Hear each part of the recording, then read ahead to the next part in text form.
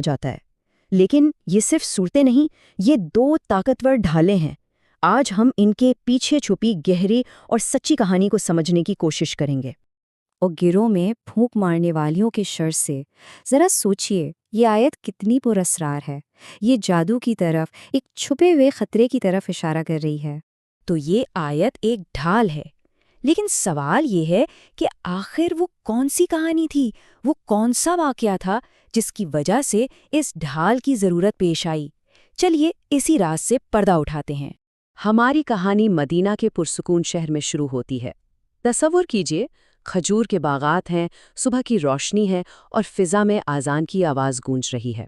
سب کچھ ٹھیک لگ رہا تھا، لیکن کچھ ٹھیک نہیں تھا۔ نبی اکرم صلی اللہ علیہ وسلم کے گھر نے حضرت عائشہ رضی اللہ تعالی عنہا نے ایک بہت ہی ہلکی سی تبدیلی محسوس کی۔ آپ رات کو عبادت کے لیے اٹھتے اور پھر اچانک ٹھہر جاتے۔ ایسا لگتا جیسے آپ صلی اللہ علیہ وسلم بھول گئے ہوں کہ نماز پڑھ لی ہے یا نہیں۔ یہ بہت چھوٹی چھوٹی باتیں تھیں، لیکن ایسی جو پہلے کبھی نہیں ہوئی تھیں۔ کبھی آپ کہتے میں یہ کام کر چکا ہوں، حالانکہ وہ کام ابھی ہوا ہی نہیں ہوتا تھا۔ یہ ایک عجیب سی کیفیت تھی، اور حضرت عائشہ خاموشی سے یہ سب دیکھ رہی تھیں۔ ان کا دل پریشان تھا، لیکن لب خاموش تھے۔ باہر کی دنیا کو تو کچھ بھی معلوم نہیں تھا، لیکن اندر ہی اندر حسد اور نفرت کی آگ میں تیار کیا گیا ایک جادو اپنا کام کر رہا تھا۔ یہ وہ جادو تھا جسے کوئی دیکھ نہیں سکتا تھا۔ دیکھیں، جب روشنی پھیلتی ہے نا، تو کچھ دلوں میں اندھیرا اور بڑھ جاتا ہے۔ اسلام کا پیغام دلوں کو جوڑ رہا تھا، لیکن کچھ لوگ ایسے بھی تھے جن کی طاقت اور اثر ختم ہو رہا تھا، اور ان کے لیے یہ تبدیلی ایک بہت بڑا خطرہ تھا۔ ان کے درمیان حسد کی سرگوشیاں شروع ہو گئیں۔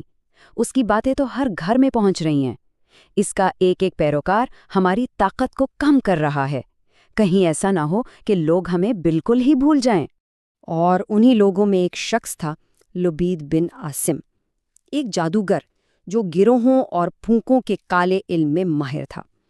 اسے نبی اکرم صلی اللہ علیہ وسلم کو خاموش کرانے کے لیے، ان پر جادو کرنے کے لیے بلایا گیا۔ تو اب سازش کو عملی جامہ پہنانے کا وقت آ گیا تھا۔ یہ کوئی عام کام نہیں تھا، بلکہ ایک چھپی ہوئی لعنت کو بڑی ترتیب اور منصوبہ بندی کے ساتھ تیار کیا گیا تھا۔ اس جادو کو کئی مرحلوں میں مکمل کیا گیا۔ سب سے پہلے لبید نے نبی اکرم صلی اللہ علیہ وسلم کی ایک ذاتی چیز حاصل کی، ایک کنگھی اور اس میں موجود آپ کے چند بال۔ پھر ان چیزوں کو کھجور کے ایک سوکھے چھلکے میں لپیٹا گیا۔ اس کے بعد اس پر حسد سے بھری پھونکوں کے ساتھ ٹھیک 11 گرہ لگائی گئیں، اور آخر میں اسے داراوان نامی ایک پرانے ویران کنویں کی تہہ میں چھپا دیا گیا۔ 11 یہ صرف ایک عدد نہیں تھا، یہ 11 گرہیں تھیں جو سچائی کو، روشنی کو باندھنے کی نیت سے لگائی گئی تھیں۔ انہیں لگا کہ کنویں کا اندھیرا رب کی روشنی سے سب کچھ چھپا لے گا۔ جب زمین پر کوئی حل نظر نہیں آ رہا تھا تو نبی اکرم صلی اللہ علیہ وسلم نے اسی در پر دعا کی جہاں وہ ہمیشہ کرتے تھے، اللہ کے در پر، اور سننے والے نے ہر سرگوشی سنی اور جواب بھی دیا۔ ایک رات اللہ تعالیٰ نے خواب کے ذریعے آپ صلی اللہ علیہ وسلم کو سب کچھ دکھا دیا۔ 2 فرشتے آئے اور انہوں نے بتایا کہ آپ پر جادو کیا گیا ہے۔ جادو کرنے والے کا نام بھی بتایا، لبید بن عاصم۔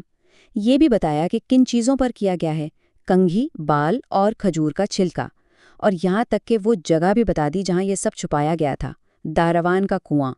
اب وقت تھا اس جادو کو توڑنے کا اور ایک انتخاب کرنے کا، انتقام کا نہیں بلکہ رحم کا۔ صبح ہوتے ہی نبی اکرم صلی اللہ علیہ وسلم نے اپنے چند صحابہ حضرت علی اور حضرت زبیر رضی اللہ عنہم کو ساتھ لیا اور اس کنویں کی طرف روانہ ہوئے۔ کنویں کے گہرے پانی سے وہ بنڈل نکالا گیا۔ تب نبی اکرم صلی اللہ علیہ وسلم نے وہ آیات پڑھنا شروع کی جو اسی وقت اللہ نے نازل فرمائی تھیں، جنہیں ہم آج سورہ فلق اور سورہ ناس کے نام سے جانتے ہیں۔ اور معجزہ یہ ہوا کہ جیسے ہی پہلی آیت پڑھی گئی، ایک گرہ خود بخود کھل گئی، دوسری آیت پر دوسری گرہ، یہاں تک کہ 11ویں آیت پر آخری گرہ بھی کھل گئی۔ جب آپ مکمل طور پر ٹھیک ہو کر گھر واپس آئے تو حضرت عائشہ نے پوچھا، یا رسول اللہ، آپ نے وہ سامان نکال کر لوگوں کو دکھا کیوں نہیں دیا تاکہ سب کو معلوم ہو جاتا کہ یہ سازش کس نے کی تھی؟ آپ صلی اللہ علیہ وآلہ وسلم نے جو جواب دیا وہ سننے والا ہے۔ آپ صلی اللہ علیہ وآلہ وسلم نے فرمایا، اللہ نے مجھے شفا دے دی ہے، اور مجھے اس بات کا ڈر تھا کہ اگر میں اسے لوگوں کو دکھاتا تو ان کے درمیان فتنہ اور شر پھیل جاتا۔ یعنی آپ صلی اللہ علیہ وآلہ وسلم نے بدلہ لینے پر رحم اور معافی کو ترجیح دی، یہی آپ کی شان تھی۔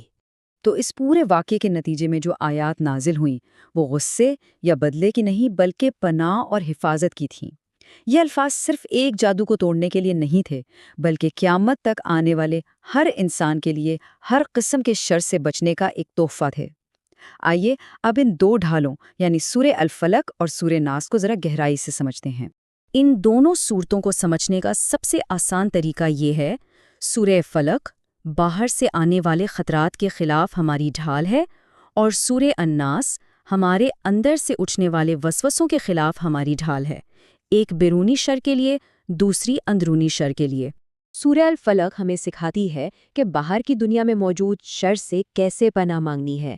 ہم صبح کے رب کی پناہ مانگتے ہیں، اس کی ہر مخلوق کے شر سے، رات کے اندھیرے کے شر سے، اور بالکل اسی طرح جیسے اس کہانی میں تھا، گروہوں پر پھونک مارنے والوں کے شر سے، اور آخر میں حاسد کے حسد سے۔ یہ ایک واضح پیغام ہے کہ ان دیکھے دشمنوں کا مقابلہ جسمانی طاقت سے نہیں بلکہ اللہ کی پناہ سے ہوتا ہے۔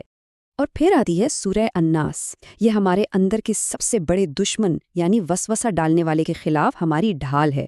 یہ ہمارے اندر کی وہ آواز ہے جو شک پیدا کرتی ہے، جو سرگوشی کرتی ہے کہ تمہیں اللہ کی ضرورت نہیں۔ یہ سورت ہمیں یاد دلاتی ہے کہ جب ہم اللہ کو اپنا رب، اپنا بادشاہ اور اپنا معبود مان لیتے ہیں تو یہ اندرونی وسوسے خود بخود خاموش ہو جاتے ہیں۔